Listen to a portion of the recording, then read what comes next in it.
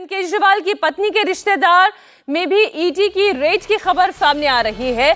26 मार्च से 27 मार्च की शाम 6 बजे तक ईडी के छापे से जुड़ी हुई ये बड़ी खबर आपको बता दें। फेमा के पुराने मामले में ईडी ने ये छापेमारी की है। सुनीता केजरीवाल के रिश्तेदार हैं एसपी गुप्ता, जिनके घर पर ईडी की रेड हुई। दिल्ली के सुंदर नगर इलाके में है एसपी गुप्ता का घर। हमारे साथ हमारे सहयोगी अतुल भाटिया जुड़ गए हैं इस खबर पर। अतुल, अब सुनीता केजरीवाल के रिश्तेदार के घर पर भी रेड, इनका क्या कनेक्शन है आम आदमी पार्टी से? देखिए, फेमा का एक पुराना मामला है जिसमें ईडी की रेड्स की गई थी और कल तक ये शाम तक ये रेड्स चली हैं। जो ईडी के टॉप सोर्सेज है उनका ये कहना है कि ये जो रेड्स है ये सुनीता केजरीवाल के रिश्तेदार हैं एसपी गुप्ता, जो सुंदर नगर में रहते हैं, उनके घर पे ईडी की रेड्स की गई थी। कई आपत्तिजनक दस्तावेज और डिजिटल एविडेंस जो है वो जो ईडी है उसने जुटाए हैं।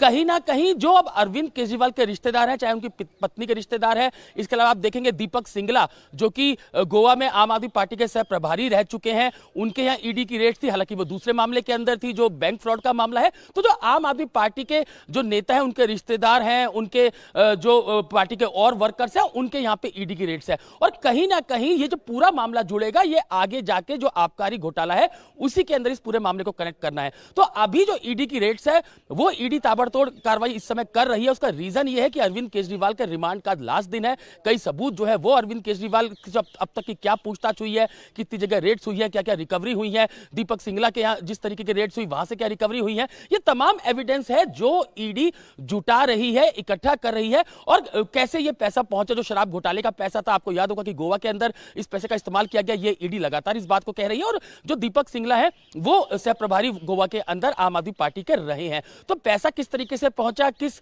जरिए से पहुंचा, ये हवाला के जरिए पहुंचा या और क्या कड़ी थी, इसकी तफ्तीश ईडी कर रही है। तो अरविंद केजरीवाल के रिश्तेदार हो, सुनीता केजरीवाल के रिश्तेदार हो, आम आदमी पार्टी के जो और नेता हो, उनके यहां ईडी की रेड्स कर रही है। और ईडी कड़ी दर कड़ी अब पूरा सीक्वेंस जोड़ने की कोशिश कर रही है। चाहे वो फेमा का मामला हो, जिस तरीके से एसपी गुप्ता के सुंदरनगर घर पे रेड होती है, दीपक सिंगला के घर पे जो रेड होती है वो बैंक फ्रॉड मामले के अंदर होती है। जो फेमा का मामला आप कह रहे हैं, ये कितना पुराना है? देखिए, ईडी का यह कहना है कि फेमा का एक मामला उन्होंने रजिस्टर किया था जिसके अंदर उनको ये जानकारी मिली थी। पहले कंपनी का ये मैटर था जिसके अंदर ये जानकारी मिली थी कि जो फॉरेंसिक जो पैसा है वो विदेश भेजा गया और इस पे पूरा फेमा का जो उल्लंघन हुआ है। यही कारण है कि रेड्स की गई। रेड्स जो है वो सुनीता केजरीवाल के रिश्तेदार हैं एसपी गुप्ता, उनके यहां पर हुई है।